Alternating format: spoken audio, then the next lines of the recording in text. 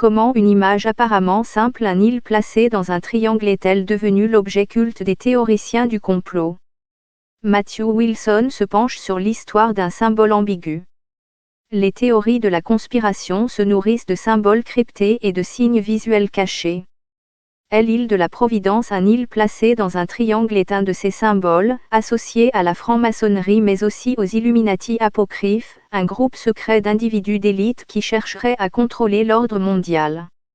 L'île de la Providence est l'objet culte des théoriciens du complot car il est très caché à la vue de tous. Non seulement il figure sur d'innombrables églises et bâtiments maçonniques dans le monde entier, mais il figure également au verso du billet d'$1 américain ainsi que sur le grand sceau des États-Unis. 23 radios fermées pour promotion de la sorcellerie. En vérité, c'est un choix étrange et franchement bizarre pour un symbole d'État américain. L'île désincarnée transmet fortement le sentiment d'un Big Brother autoritaire et indiscret. En combinaison avec la pyramide qui se trouve en dessous, nous avons des emblèmes qui suggèrent un culte ancien et ésotérique. Alors, quelles sont les origines de l'île de la Providence? Pourquoi nous fascine-t-il autant, et pourquoi est-il fréquemment lié aux francs-maçons et aux Illuminati? À l'origine, l'île de la Providence était un symbole chrétien, et les premiers exemples de son utilisation se trouvent dans l'art religieux de la Renaissance pour représenter Dieu. Un exemple précurseur est le souper d'Emmaüs de Pontormo en 1525, bien que le symbole lui-même ait été peint plus tard, peut-être dans les années 1600. Une autre source importante de l'icône se trouve dans un livre d'emblèmes appelé Iconologia, publié pour la première fois en 1593. Dans les éditions suivantes, l'île de la Providence a été inclus comme attribut de la personnification de la divine providence, c'est-à-dire la bienveillance de Dieu. Comme le suggère le nom du symbole et son usage initial, il a été inventé comme un signe de la vigilance compatissante de Dieu envers l'humanité. Personne ne sait exactement qui l'a inventé à l'origine, mais celui qui l'a fait l'a élaboré à partir d'un ensemble de motifs religieux déjà existants. Le triangle était un symbole de longue date de la Trinité chrétienne du Père, du Fils et du Saint-Esprit. Parfois même, au cours des siècles précédents, Dieu était représenté avec un halo triangulaire. Les rayons de lumière qui sont souvent montrés émanant du symbole sont également un signe préexistant du rayonnement de Dieu dans l'iconographie chrétienne. Mais quelles sont les origines de cette île désincarnée et inquiétant? Dieu avait déjà été représenté de nombreuses manières cryptées auparavant, par exemple par une seule main émergeant d'un nuage, mais pas sous la forme d'un île. Il est juste de dire qu'un île représenté de manière isolée a son propre impact psychologique inhérent, montrant l'autorité et impliquant pour le spectateur une vigilance sensible. On peut même voir cet effet dans la nature, certains animaux ayant développé des points de vue sur leur peau pour effrayer les prédateurs. Le photographe surréaliste Man Ray a le mieux résumé l'étrangeté de l'île désincarnée lorsqu'il a déclaré que le faux miroir de 1929 de René Magritte voit autant qu'il est lui-même vu. Il lave l'honneur de son ancêtre brûlé pour sorcellerie, il y a 350 ans, mais il y a une histoire plus profonde à l'île en tant que symbole à considérer, une histoire qui nous ramène aux premières religions connues. Au IIIe millénaire avant Jésus-Christ, les Sumériens ont transmis la sainteté de certaines sculptures en agrandissant anormalement leurs yeux pour renforcer la sensation de vigilance. Ils organisaient même des cérémonies au cours desquelles les artistes donnaient vie aux sculptures en ouvrant les yeux des personnages. Mais ce sont les anciens Égyptiens qui sont à l'origine de l'île détachée comme motif, par exemple, une paire d'yeux peints sur un cercueil qui permettait aux morts de voir dans l'au-delà. Et l'un des symboles égyptiens les plus célèbres est l'île d'Horus.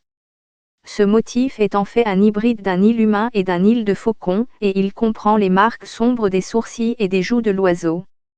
Selon l'ancienne mythologie égyptienne, le dieu roi Horus, souvent représenté comme un faucon, ou avec une tête de faucon, avait les yeux coupés lors d'une bataille avec son oncle Seth. Avec l'aide de Thoth, il a ensuite guéri ses yeux. L'île d'Horus était donc un symbole de protection, souvent utilisé comme amulette, une sculpture assez petite pour qu'une personne la porte dans sa poche comme forme de protection. Ce hiéroglyphe et d'autres hiéroglyphes égyptiens représentant des yeux humains isolés ont ensuite influencé l'iconographie européenne pendant la Renaissance.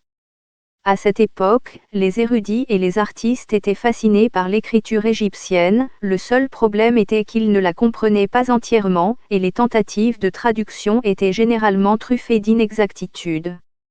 L'une des plus célèbres est apparue dans une romance de 1499 intitulée Le rêve de Polyphilo, dans laquelle la traduction d'un symbole égyptien représentant un seul île était Dieu.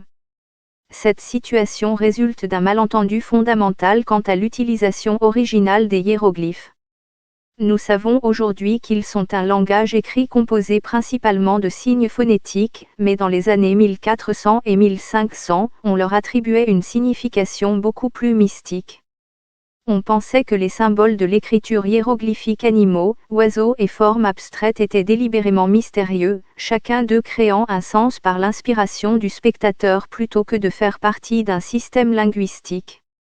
Ils étaient, pensait-on, des puzzles ouverts qui contenaient de multiples significations. Cette croyance a eu un effet énorme sur l'art européen. Lorsque les dictionnaires de symboles, tels que l'Emblemata d'Andrea Alciati de 1531 et plus tard l'Iconologia de César Ripa, sont sortis, l'accent était mis sur des symboles visuels cryptiques, souvent très complexes, où le spectateur est inscrit comme participant au déchiffrage ainsi qu'à la construction de significations à partir de ceux-ci. En conséquence, un motif comme l'île de la Providence était délibérément ésotérique dans son apparence. Il s'agit d'un symbole construit presque exprès pour être réinterprété, et peut-être même mal interprété. Et cela s'est vraiment concrétisé à la fin du XVIIIe siècle. 3 exemples clés de cette période démontrent une diversité croissante dans la symbolique de l'île de la Providence. Dans la France post-révolutionnaire, la Déclaration des droits de l'homme et du citoyen de Jean-Jacques François Le Barbier de 1789 présentait le texte de la nouvelle déclaration radicale avec l'île de la Providence en tête. Il est devenu, en l'occurrence, un instrument de la raison paternaliste veillant sur la nation nouvellement égalitaire. En Grande-Bretagne, en 1794, Jérémy Bentham a demandé à l'architecte Wiley Reveley de lui concevoir un logo pour son panopticon, une nouvelle prison révolutionnaire visant à permettre une surveillance continue de chaque cellule. Le dessin qui en résulta comprenait de manière proéminente l'île de la Providence, symbole désormais du regard fixe de la justice entouré des mots miséricorde, justice et vigilance. Quelques années auparavant, en 1782, le Grand Sceau des États-Unis